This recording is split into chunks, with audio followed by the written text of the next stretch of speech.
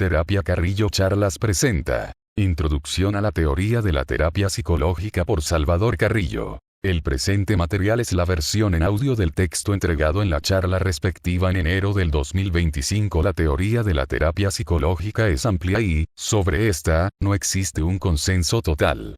Aún persisten escuelas cerradas en sus propias perspectivas, que se enfrentan con otras corrientes. Sin embargo, estas disputas han comenzado a resolverse en parte gracias a las escuelas terapéuticas más modernas, que ofrecen perspectivas más integrativas y conciliadoras entre diferentes posturas. Para esta breve lectura, he seleccionado solo 5 puntos que considero algunos de los más importantes para tener una idea básica de la teoría de la terapia psicológica. Estos puntos están basados en mi estudio de las diferentes escuelas terapéuticas, en la historia de la terapia psicológica, en los descubrimientos modernos en el campo de la psicología, y, por supuesto, en mi propia experiencia como terapeuta con muchos años de práctica. Aconsejo al lector reflexionar sobre cómo se ve reflejado en los puntos señalados, considerar cómo podrían ser implementados en un proceso terapéutico, y además, experimentar con ellos en su vida diaria. 1. Estructura y variedades. Las personas tienden a demostrar un pensamiento demasiado estructurado. Tan estructurado que buscan evitar todo aquello que desconfirme dicha estructura. Es una estructura que no solo ordena las creencias, sino también las sensaciones. Esta estructura es jerárquica, como un árbol genealógico. La estructura mental es necesaria para ordenarse. El problema surge cuando se trata de una estructura tan bien construida y sólida que niega toda información nueva. Entonces, la estructura se vuelve más importante que la experiencia. Esto genera un carácter evitativo, autoritario y, en última instancia, violento en contra de aquello que la contradiga. El fenómeno de la evitación consiste en un no querer ver, no sentir, no querer conocer, porque esto trae desorden a la estructura. El árbol se busca mantener a toda costa. Y es que, cuando la estructura se ve amenazada, ello causa angustia, una sensación que desagrada. Sostenemos ciertas creencias porque nos son funcionales. Nos dan certidumbre, nos hacen sentir de cierta manera y nos sirven para tomar decisiones. Además, sostenemos ciertas sensaciones porque también nos son funcionales. Puede sonar extraño hablar de sostener emociones, pero, así como hay cadenas de creencias, hay cadenas de sensaciones que forman parte de la superestructura interna. Por ejemplo, cuando una persona va a tener sexo con alguien atractivo, tiene una cadena de creencias sobre cómo cree que debe sentirse. Considera que al momento de llamar por teléfono debe sentirse de una manera determinada. Luego, al encontrarse con esa persona, cree que debe experimentar cierta emoción específica. Al cenar juntos cree que debe sentir otra emoción específica. Y, más tarde, en el hotel, durante y después del coito, otras sensaciones específicas. Cuando en realidad, nunca nos sentimos como creemos que deberíamos sentirnos. Sensación y creencia van de la mano. No son lo mismo, pero se influyen mutuamente. Nuestro árbol estructural determina cómo nos comportamos, y nuestras creencias influyen en cómo ordenamos dicho árbol.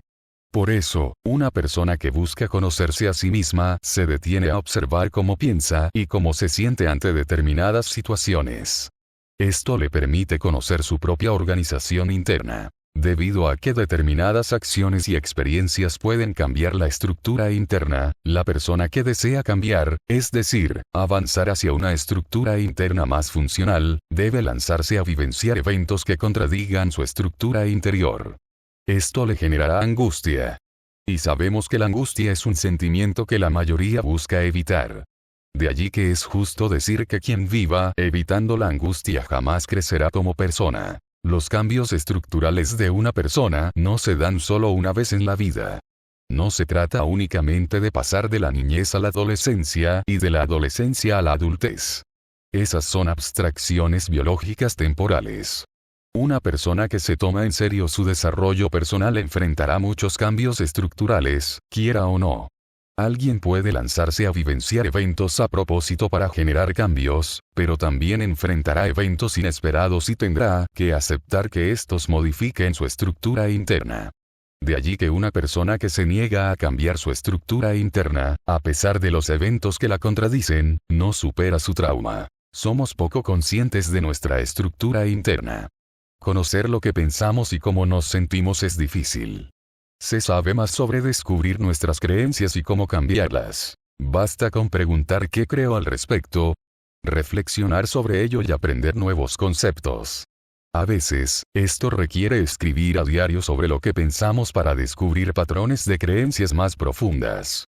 Sin embargo, menos se habla de la organización emocional. En cuanto al orden emocional, se sabe que es importante escuchar las emociones, pero no se suele hablar de cuándo dejarnos llevar por ellas y cuándo no. Gracias a investigaciones modernas, sabemos que negar la emoción conduce a mayor angustia. La emoción es una sensación física, y aceptar la emoción implica aceptar su sensación física, lo que la hace más tolerable. Una persona con buena introspección emocional, en realidad, es alguien con una buena capacidad propioceptiva, capaz de identificar las sensaciones de su cuerpo. Sin embargo, reconocer las emociones no significa seguirlas ciegamente. Por ejemplo, alguien puede sentir miedo de dar un examen, pero, al reflexionar, entiende que es correcto presentarlo a pesar del miedo. Validar la emoción, en este caso, implica aceptar dar el examen sintiendo miedo, no evitarlo. Las personas que tienden a pensar en exceso buscan extinguir su emoción a través del pensamiento. Como las creencias y las emociones están relacionadas, cambiar cómo pensamos puede influir en cómo nos sentimos. Sin embargo, aunque el pensamiento puede disminuir la intensidad de una emoción, no puede anularla o negarla del todo. Es común que las personas con problemas emocionales piensen en exceso para evitar sentir. En estos casos, lo adecuado no es pensar más, sino detenerse a sentir. La batería de técnicas en terapia psicológica es enorme. Cada paciente es diferente. Algunos necesitan mucho diálogo, otros solo ser escuchados, y otros requieren una combinación de análisis de creencias e introspección emocional, o una terapia centrada exclusivamente en la emoción. Esta variabilidad técnica hace que sea obtuso considerar que una terapia es mejor que otra o cerrarse tosudamente a una teoría.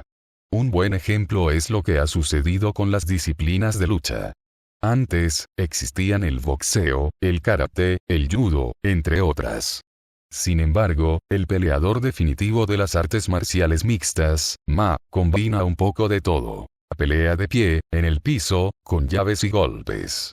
Un buen terapeuta debe conocer a profundidad varias técnicas para lograr cambios clínicamente significativos en su cliente. Por supuesto, la mejoría del cliente no depende únicamente del terapeuta. Lo usual es que un cliente tenga una sesión semanal, pero la verdadera mejoría está en cómo vive, cómo aplica lo aprendido en terapia. No es fácil ser cliente de terapia psicológica, pues, como hemos dicho, el proceso de cambio implica enfrentarse a la angustia. Estar en una sesión de terapia es angustiante, y las mejoras que el cliente logre en su vida también serán angustiantes. Además, alcanzar un nivel de introspección emocional y de creencias exige desarrollar conocimientos y cualidades como coraje, templanza y disciplina. 2. Rizoma y deseo. Inspirado en el concepto de rizoma de Deleuze, he estado reflexionando sobre ideas que considero útiles. En contraste con el pensamiento arbóreo, Deleuze habla del pensamiento rizomático, en el cual, según mi interpretación, hay elementos desordenados, de igual jerarquía, que se estructuran según la situación. El rizoma es una raíz que crece horizontalmente, y no de forma vertical, como el césped o los tubérculos. A diferencia del árbol, que crece hacia arriba, del tronco surgen ramas, y de estas, hojas y frutos. He estado dándole vueltas a este concepto de rizoma. Mirando vídeos en internet, encontré una entrevista con Michelle Elemi, empresaria del mundo de la moda. Ella cuenta que estudió Derecho, fue bailarina de striptease, luego se dedicó a la moda y, paralelamente, abrió un restaurante. Más tarde, también puso un gimnasio de boxeo. Ya anciana, menciona que la persona que más admira es el rapero Snoop Dogg. Durante la entrevista, señala que en su juventud estudió con Deleuze y se describe a sí misma como un rizoma. Lemmy no ha sido una sola cosa, sino que ha cambiado radicalmente a lo largo de su vida. No sé si vivir de una manera tan extrema sea recomendable para todos. Me remito a William James, quien señala que todos tenemos un sistema nervioso distinto, lo que implica diferentes tipos de personalidad y, por ende, distintas formas recomendables de vivir la vida. Las madres que han tenido varios hijos pueden dar testimonio de ello. Los bebés ya nacen con una personalidad propia, y cada hijo tiene que ser criado de una manera diferente. Deleuze indica que el deseo es una fuerza creativa, una idea que toma, por supuesto, de Nietzsche. Me considero nietzscheano. En lugar de preguntar por qué deseamos lo que deseamos, pienso que debemos ver el deseo como una fuerza creativa que merece ser desarrollada de forma constructiva. En vez de tratar de vivir como Lemmy, debo preguntarme, ¿qué deseo yo, momento a momento? ¿Qué me llama? ¿Cuál es la mejor manera de vivir para mí? 3. Deseo y ser uno mismo. Según Rick Rubin, el verdadero artista no crea para un público, sino para sí mismo. David Bowie afirma lo mismo. Nietzsche señala que debemos buscar llegar a ser quienes somos. Karen Horney, autora clave en la transición entre psicoanálisis y terapia cognitiva, indica que debemos soltar los dogmas sociales para encontrar nuestro verdadero ser. Es evidente que la vida pierde todo sentido si buscamos vivir para cumplir lo que otros, o la sociedad en general, esperan de nosotros. También está claro que me construyó a mí mismo siendo auténtico. Pero, ¿quién soy? No puedo hacer todo lo que se me ocurre, ni tampoco soy mis emociones. Si tengo ira, eso no implica que deba gritar. Incluso puedo sentir culpa por algo que no es malo. Entonces, ¿dónde radica el ser del ser yo mismo? En el deseo. Del deseo viene la potencia del ser. De allí que una persona desconectada de su deseo sea una persona impotente. Las emociones son sensaciones corporales. Reflejan cómo nos sentimos respecto a algo. Toda emoción está acompañada de un pensamiento correspondiente. En el cuerpo, también emerge un tipo de emoción especial, la pulsión. Siento una pulsión hacia algo y debo pensar cómo satisfacerla. La personalidad inmadura busca satisfacer toda pulsión de manera cortoplacista, con placeres inmediatos. Comer muchos chocolates, caer en el onanismo interminable, golpear a cualquiera que se cruce. En cambio, la personalidad madura busca formas superiores de canalizar el deseo. El comedor compulsivo de chocolates puede transformarse en chef especializado en postres. El onanista puede volverse pintor erótico. El golpeador compulsivo puede convertirse en karateca. Buscar maneras superiores de satisfacer el deseo obliga a la persona a complejizarse. Aunque hablo de deseo, no defiendo el hedonismo primitivo. Es evidente que desarrollar el deseo de manera compleja requiere una mayor tolerancia a la frustración. Por ejemplo, quien tiene una tendencia natural a discutir puede convertirse en abogado, pero estudiar derecho es difícil y conlleva pasar por muchos sinsabores para graduarse y luego conseguir clientes. La vida no es un jardín de rosas. Vivir implica frustrarse. Incluso al ir a comprar galletas, nos frustramos si no hay del sabor que queríamos. La gente, el mundo y nosotros mismos nunca somos como esperábamos. Todo es imperfecto. Lo perfecto solo existe en nuestra fantasía. Sin embargo, quien no se quiere frustrar no puede vivir ni desarrollar una identidad sólida. Entonces, ¿en qué consiste el ser del ser uno mismo? En el desarrollo del deseo. ¿Y qué implica el desarrollo del deseo? Acción. Se ha dicho que el ser humano es pensamiento, emoción y conducta. Las creencias pueden cambiarse, las emociones deben escucharse, pero no dirigirnos, y la conducta puede ser impulsiva o decidida.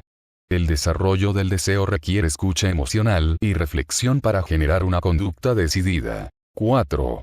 Normalidades. Recuerdo cuando estudiaba psicología en la universidad, una compañera afirmó en clase que una persona sana mentalmente es aquella que tiene muchos amigos.